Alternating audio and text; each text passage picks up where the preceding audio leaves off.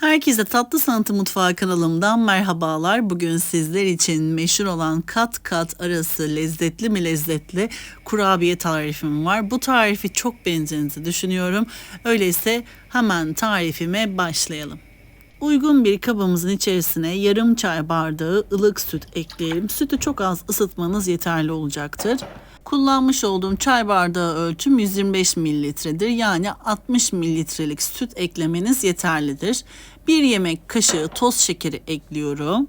Toz şekeri 1 yemek kaşığı hamuruna yeterlidir. Çünkü aralarına kat kat toz şekeri serpeceğimiz için tam kıvamında olacak. O yüzden fazla eklemeyelim. 1 çay kaşığı toz maya ekliyorum.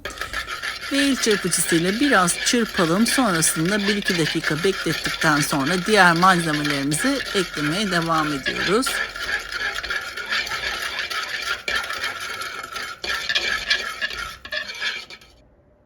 Bir paket toz vanilya ekliyorum. Yani 5 gram toz vanilya ekledim.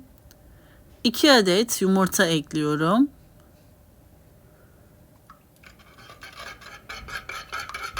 Yumurtayı da ekledikten sonra el çırpıcısıyla çırpıyorum.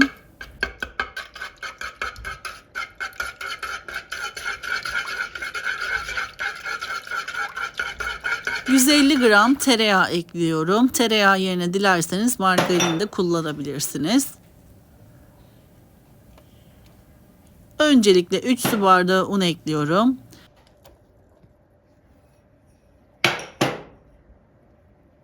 Elimle hamurumu güzelce yoğuruyorum. Biraz cıvık oldu hamurum. O yüzden yarım su bardağı un ekledim. Toplamda 3,5 su bardağı un eklemiş oldum. Kullanmış olduğum su bardağı ölçüm 200 mililitredir. Unu her zaman kontrollü bir şekilde ekleyelim. Bazen yumurtalar büyük olabilir, küçük olabilir. O yüzden bu un miktarı ufak da olsa değişkenlik gösterebilir. Hamurumuz gördüğünüz gibi yakından bu şekilde yumuşacık ama hafiften orta sertliğe yakın bir kurabiye hamuru olacak. Hamurumuzu bu şekilde bir yaklaşık 25 dakika kadar mayalandıralım. Kapağı kapalı bir şekilde mayalandırıyoruz.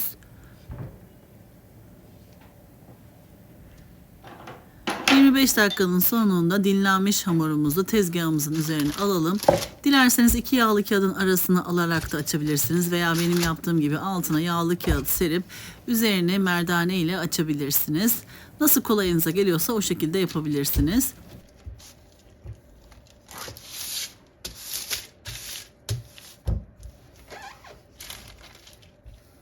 Kat çizgilerinin ince ince tek tek gözükmesi için ince bir şekilde hamurumuzu açalım. Ara katlarına toz şekeri serpeceğiz. Mayalı bir hamur olduğu için çok kolaylıkla hamurunuzu açabilirsiniz. Endişelenmenize hiç gerek yok. Kolaylıkla hamur açılabiliyor. Sadece dikkat etmeniz gereken bu aşamada olabildiğince dikdörtgen şeklinde açmaya çalışalım.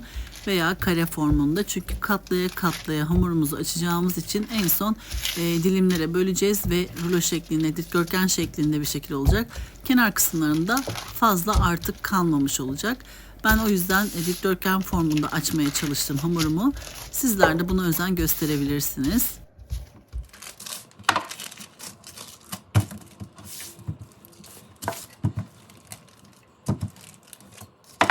İlk katımızı açtıktan sonra 1 yemek kaşığı ölçüsünde toz şekeri serpelim. Sonrasında hamurumuzun bir ucundan diğer ucuna getirerek kapatalım. Tekrardan açalım. 4 kere bu işlemi yapıyoruz. Toz şekeri serpip hamurumuzu katlayıp merdane ile açıyoruz. İnce bir şekilde açtıktan sonra üzerine tekrar toz şekeri döküyoruz ve 4 kat olmak üzere 4 ara katına toz şekeri serpmek üzere hamurumuzu hazırlıyoruz. Dilerseniz 5 kat da yapabilirsiniz ama en fazla 5 kat yapmanızı tavsiye ederim. Aksi halde hamurunuz biraz şekerli olabilir. Bence bu 4 katlı yaptığım şeker oranıyla tam kıvamında çok lezzetli, çayın yanında muhteşem bir kurabiye oldu. Şimdi ilk katımı katladım. Tekrardan düzeltip merdane ile ince bir şekilde açıyorum. Kenar kısımlarında boşluk olursa elinizle parmak uçlarınıza bastırarak iki hamuru birbirine yapıştırın. Tekrardan ikinci katımı da hazırladım. Toz şekeri serpiyorum 1 yemek kaşığı ölçüsünde. Elimizde toz şekeri her tarafına gelecek şekilde yayalım. Vermiş olduğum toz şekeri miktarı kurabiye hamuru için tam ölçülüdür. Ne çok fazla ne çok da az. Fazla şekerli seviyorsanız 5 katlı yapabilirsiniz. Normal şekerli seviyorsanız 4 katlı yapmanız yeterli olacaktır. Çünkü en üst katına da tarçınlı toz şekeri serpiyoruz. Üçüncü ara katımızda 1 yemek kaşığı toz şekeri serpelim. Tekrardan hamurumuzu kapatıp aynı işlemi yapmaya devam ediyoruz.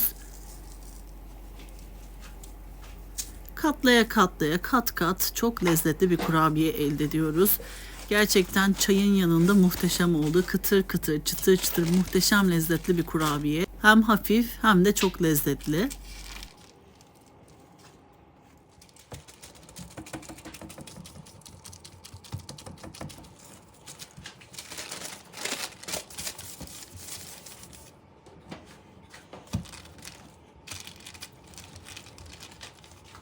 Bu aşamada üzeri için ayrı bir yağlı kağıt kullandım. Kolaylıkla açabilmek için 2 yağlı kağıdın arasına koyarak açmanızı tavsiye ederim. 2 yağlı kağıdın arasında daha kolay oldu açıkçası.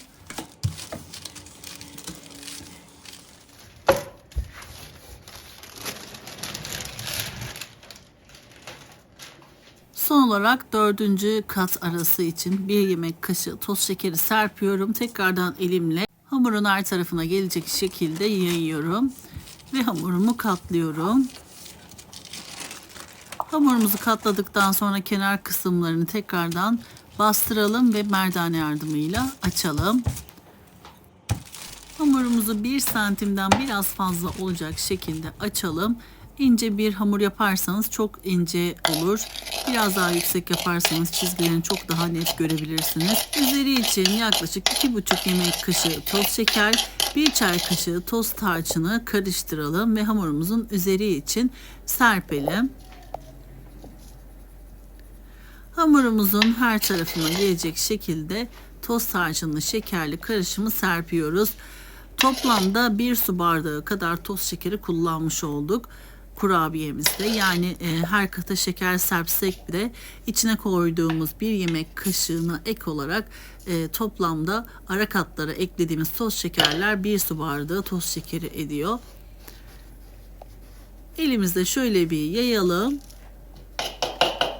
Daha sonra kenar kısımlarındaki böyle yamuk olan parçaları keselim. Tabii ki onları da değerlendirip pişiriyoruz.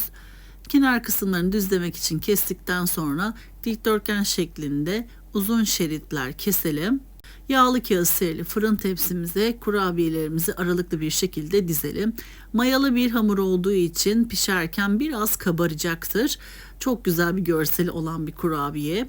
Ben bu malzeme ölçülerinden kenar kısımlarında kestiğim taraflar hariç 24 adet kurabiye elde ettim. Daha fazla yapmak isterseniz malzeme ölçülerinizi artırarak daha fazla sayıda kurabiyeler elde edebilirsiniz. Veya daha küçük boyutlarda kare kare olarak keserseniz daha fazla sayıda kurabiye sayısı elde edebilirsiniz. Önceden ısıtılmış 170 derecelik fırın ayarında kurabiyelerimizin üzeri kızarana kadar pişirelim. Mis gibi kokusuyla bu kurabiyeleri çok beğeneceksiniz. Alt üst fırın ayarında yaklaşık 20 dakika kadar fırınında tuttum. Lütfen kontrollü bir şekilde pişirmeye özen gösterelim. 15 dakikanın sonrasında kurabiyelerimizi kontrol edelim. Eğer üzeri kızardıysa fırınınızdan alabilirsiniz. Kurabiyelerim fırından çıktı. Yakından da gördüğünüz gibi olağanüstü, görselde olağanüstü, lezzette sade ama tarçınlı, toz şekerli, çıtır çıtır bir kurabiye seviyorsanız çayın yanında ideal bir kurabiye tarifi diyebilirim. Şimdiden deneyen herkesin ellerine sağlık. Bütün kurabiye tariflerimi de denedikten sonra yorumlarınızı bekliyorum ama bu kurabiye tarifini lütfen deneyin. Denedikten sonra kıymetli düşüncelerinizi yorum kısmına yazarsanız henüz tarifimi denememiş olan kıymetli takipçilerim için fikir olmuş olacaktır. Her ne kadar yakından sizlere görüntüsünü, dokusunu göstersem de sizler denedikten sonra daha güzel tecrübelerinizle fikir oluyorsunuz.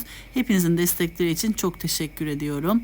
Sizler yakından kurabiyenin iç dokusunu izlerken ben de sizler için küçük bir hatırlatmada bulunmak istiyorum. YouTube Tatlı Sanatı kanalıma henüz abone olmadıysanız YouTube kanalıma abone olmayı, paylaştığım videolarıma beğeni bırakmayı lütfen unutmayınız.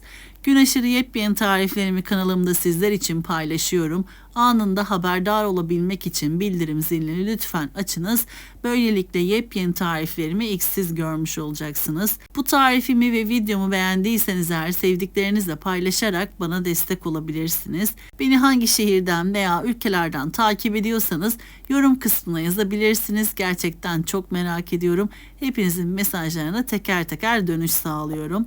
Bir sonraki yepyeni tarifimde tekrardan sizlerle görüşmek üzere. O zamana kadar kendinize çok iyi bakın. Hoşça kalın.